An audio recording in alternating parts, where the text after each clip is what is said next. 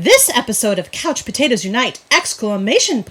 Is sponsored by Blue Bridge Games. For the games and gifts you won't find anywhere else, head to Grand Rapids, Michigan's friendliest local game store, Blue Bridge Games. Blue Bridge Games carries an extensive line of board games, card games, role-playing tabletop games, Magic the Gathering, and more.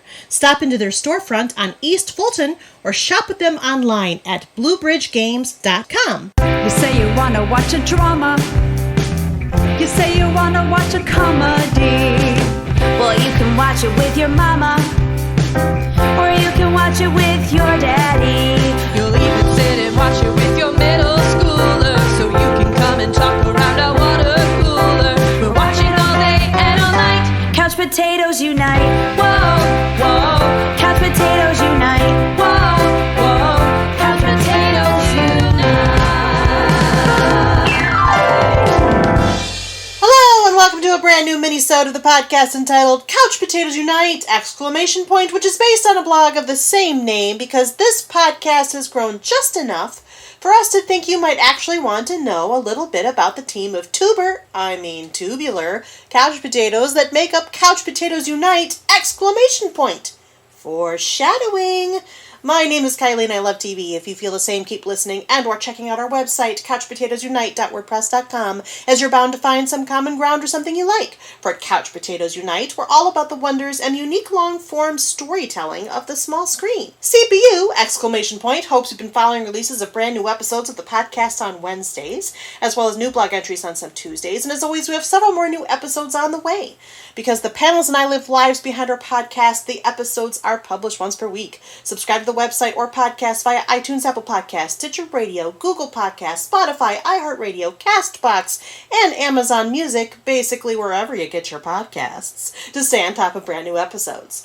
Episodes already published discuss a variety of shows around the water cooler, including, but not limited to, Stranger Things, iZombie, The Good Place, Game of Thrones, Grace and Frankie, Mr. Robot, Riverdale, Altered Carbon, The Orville, Outlander, Westworld, Fuller House, Schitt's Creek, and Marvel's Agents of S.H.I.E.L.D.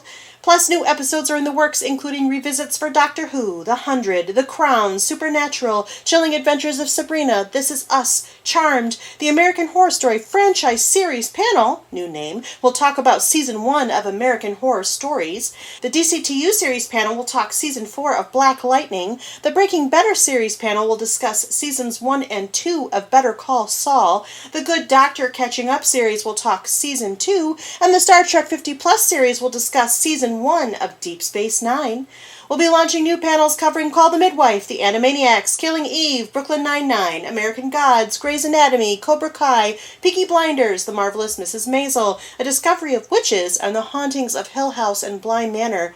And because we look back at shows now past, we'll travel through time and experience all sorts of identities with Quantum Leap. We'll thank the Golden Girls for being friends. We'll cry bazinga for Big Bang Theory. We'll dive deep into the fantasy world of the magicians. We'll navigate the witty political satire of Parks and Recreation. We'll become psychos for Psych. We'll go where everybody knows your name with Cheers. We hope you'll be listening when we talk about Frasier. And we'll know that's what she said when we talk about The Office, both from the UK and the USA. By the way, did you know that CPU also from time to time goes live? We've been live from bunkers, comedy shows, Comic-Cons, and game stores. Plus, we're planning more live appearances and other cool stuff, including in whatever we're calling these times. So make sure you like or follow us at our Facebook page, our Twitter at CPU Podcast, our Instagram at Couch Potatoes Unite, or subscribe to the website, our YouTube channel, our Apple iTunes channel, our Stitcher Radio channel, or find us on Google Podcasts, Spotify, CastBox, iHeartRadio, and Amazon Music.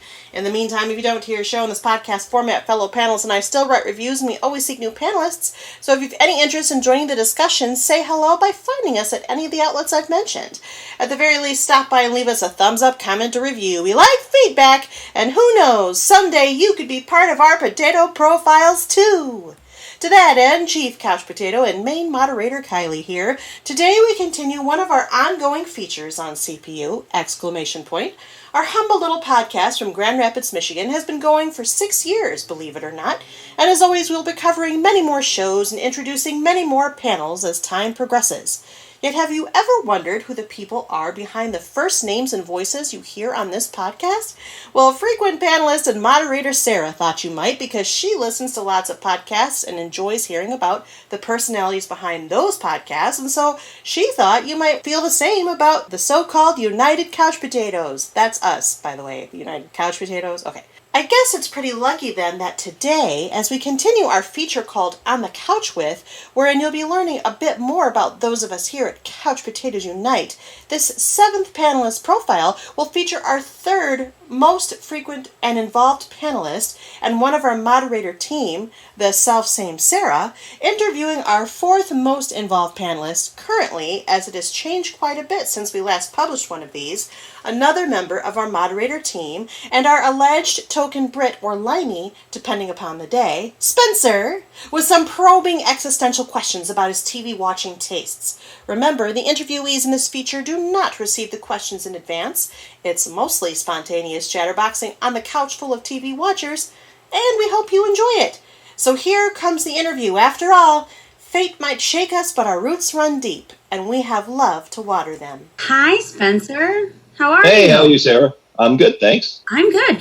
Got a couple questions that are not like my interesting questions, but I just want to lay out some information for our listeners. So my first question is, how do you watch your television? Do you have cable? Do you stream? Do you buy DVDs? I haven't bought any DVDs in a very long time. The majority of what I watch now is done through streaming, but I do still have cable for various shows that my wife Kristen and I like to watch, a fair amount of cooking shows and things.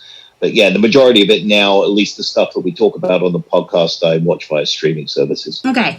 Remind us some of the panels you're on. So I've been on all of the DCTU, which was the CW shows, all of the DC comic book shows there. Some of the Marvel ones that were done on Netflix. Let's see, Downton Abbey, some look-back shows. Currently, I am doing, might need Kylie to interject with some reminders on those. I've done Sherlock. Anything English that I've watched, I try to get on the panel. There's some other panels that are coming up. I moderated Altered Carbon. There's just so much. Yeah. So for our listeners, they can probably hear that you are from Great Britain, but you have lived in the States for how long now? I just celebrated my 28th anniversary of moving to the United States.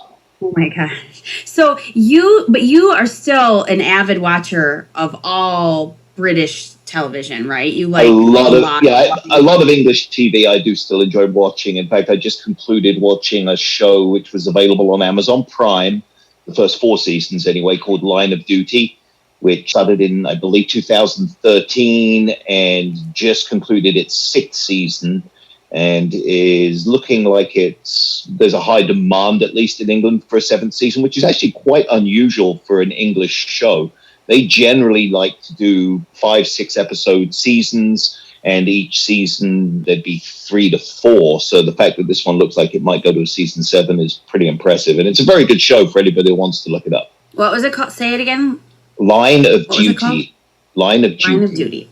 It's based around an internal affairs unit in the British police force. Oh, okay. I might check that out. I do watch another British procedural, but it's Death in Paradise. Did you watch that one at all? I haven't heard of that one. Oh, I'll have Who's to in ask it? Nick. Of course, you had to ask that. I don't remember the name of the main. So it's about a guy that moves to an island, and he's like the only inspector there. And I don't remember the guy from the first couple seasons, but the second he left, and then a different guy took over, and his name is Chris something. And of course, I can't think of it. But he was in the movie Love Actually. That's a good movie. He played Colin, the guy that goes to America to meet all the women. He was that. Oh, okay. Yeah, I know who you're talking about there. I'll give it a look, because I'm always looking for new British shows that I haven't seen yet. And if the first episode interests me, I'll carry on with it. I think it's a Netflix show. Okay. On to some of the more fun questions. So you are on a desert island, but don't panic. You have lots of food and unlimited electricity, but you only have 1 hour-long series and 1 half-hour series. You got to pick them. But keep in mind, you have the whole series of them. So, and it can be comedies, dramas, whatever you like, but you only get to pick one of each. So what did you take with you? So I just re-watched the NBC show with Zachary Levi, Chuck, which I found absolutely delightful. So I'll pick that for my hour-long show. Hopefully I'm not on the desert island for too long, because it's only about 5 seasons, and, you know, you can only rewatch something so many times. For a half-hour show, it would probably be something like The Office or Friends or something in that vein, the short half-hour situational comedies, but the better stuff like those. Now, to clarify, are you talking about the American Office or the British version? Probably the American Office, because there's more episodes. I really enjoyed the darkness of the British Office a little bit more, but it was a much shorter series. Quite honestly, anything with Ricky Gervais is hilarious. He's got some great ones too, and I cannot think of the names of them, but there's the gentleman with the cognitive impairment. Yeah, and he works that one is really good. That is called, I can't remember off the top of my head, but it is very, very good. Derek, yes. And then he's also got the one, Afterlife, is it? The Afterlife, one where so good. His wife has just passed. Oh my God, that show is absolutely rip-roaring hilarious. But if you're not a fan of the bluer language, you do not want to watch that show. It's also very sad, though, too. Oh, it is. It's some of the best character work I've seen from an actor in a long time. Yeah. Well, you often podcast with your lovely wife, Kristen, who you mentioned. I do. Tell us if there's a show that you introduced to her that she ended up loving, and if there's one that she introduced to you that you ended up loving. Kristen didn't actually even own a TV when we met, so she did not watch a lot of stuff at all, seriously. So I actually introduced her to Downton Abbey, and that was at my mother's recommendation. You know, I said, what good English shows are out right now that, you know, we could watch together? And she suggested that, and right away we were very much into that one. And then we picked up The Crown together for the same reason. But, you know, other than that, it's mostly stuff that we wouldn't cover on the podcast, a lot of cooking shows, because we are very much into, I guess you'd use the term foodies. So we really love to learn new ways of cooking, new techniques, new dishes, that kind of thing. I just watched Crime Scene Kitchen. This is reality. Sorry. No, but I watched that as well. We watched probably the first half. We haven't watched the second half yet, but it was quite enjoyable. It's so good. And I'm an avid baker, and so is my mom. And we were like, we would not figure this out. We would not have figured this out. So that's a good one. If I'm a big fan of Joel McHale. I like Joel McHale a lot. He's so funny. He really is. He's got that really sharp sense of humor. Well, okay, speaking of food, you get to have dinner with 3 characters from all of the history of television. The characters, not the actors. So who do you choose and why? Wow. These are challenging questions, Sarah. I know.